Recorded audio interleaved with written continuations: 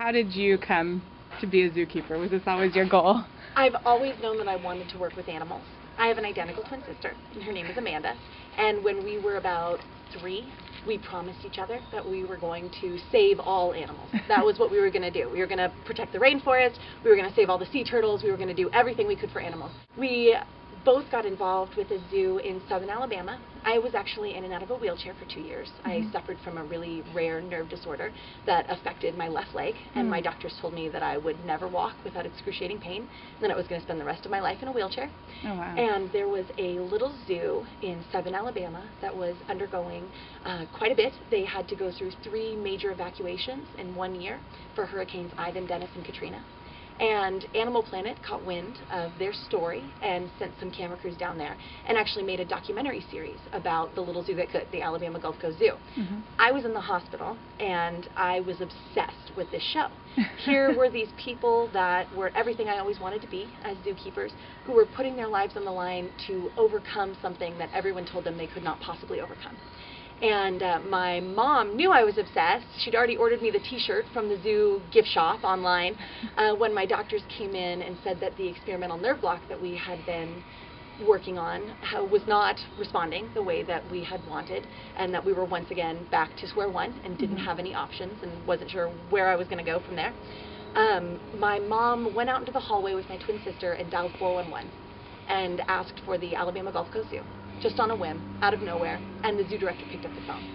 So she listened to my mom cry about me for a few minutes, and my mom said, could you just spend 30 seconds, tell her, hi, my name's Patty Hall from the Alabama Gulf Coast Zoo, and you're going to get through this, and that's all I need from you, and then you can hang up and you can never talk to us again.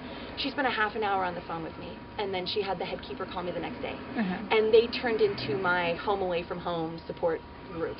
That was actually where I got my first full-time position. Amanda and I both moved out there. What brought you out here? How did you hear about the job, or what led you to Chaffee? My family had relocated to the Fresno area while Amanda and I were in Alabama, and our position there was seasonal. So when it ended, we weren't really sure what we were going to go for next. Did you start off as a zookeeper, or have you worked up to that? I was a full-time keeper at my last facility.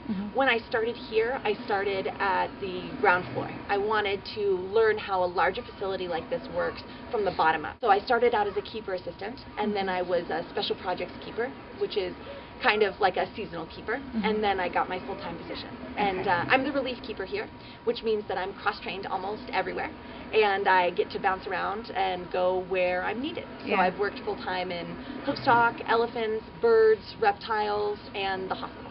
Since you are the relief keeper and you bounce around a lot, is there any day that's the same as the one before? Never 2 days in a row. No. Even when you're working with the same animals 5 days a week, your day is never the same as your last day. I love it because no matter where I am, I'm on my toes. I love my position because I have babies everywhere. I have gotten a chance to work with everything from kangaroos to condors to cobras, and I love them all. And I think that makes me weird for a zookeeper. Most of us, let's say you've got an elephant keeper who just doesn't do parrots. Right? Just no. Parrots make her uncomfortable. Not going to do it. You've got a hoofstock keeper who really doesn't feel comfortable around primates. One of the reptile keepers that I've worked with, he was one of the managers that I've worked with. He said that he will dance around a 15-foot crocodilian, but do not lock him in a room with a cow. Right? You know, just everybody's got their comfort level and their focus. I love everything. I am excited to work with everything.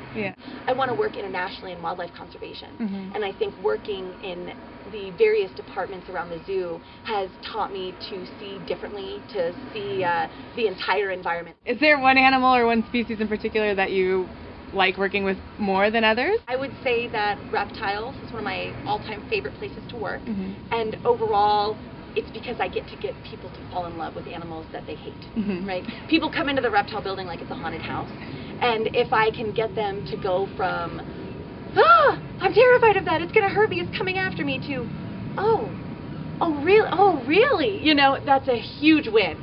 So I love working in reptiles. The prehensile-tailed tree skinks and the Galapagos tortoises are always going to have my heart. Nobby and Jennifer are the Galapagos tortoises. Nobby's in his 50s, Jennifer's in her 90s.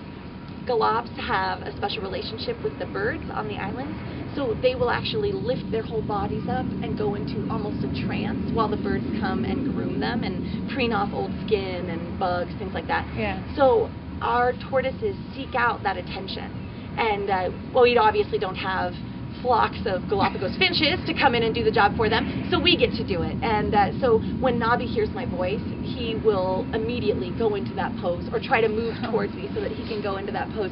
He's more motivated by that attention than he is by food. Yeah. And that's saying something if you understood what he would do for a banana. How do you maintain all this knowledge? How do you store all of this knowledge about so many different species and not forget it? I love my job. It's exhausting. I'm not going to lie, being the relief keeper, knowing every single animal means knowing every single species and something about that species. And I pride myself on that, but it's taken years of working here to get to that point. I'm a huge nerd. I spent Christmas Eve with my sister going over flashcards for crocodilians and rattlesnakes. You know, and that's what I do for fun. I love animals. I love teaching people about animals. So in my free time, I study.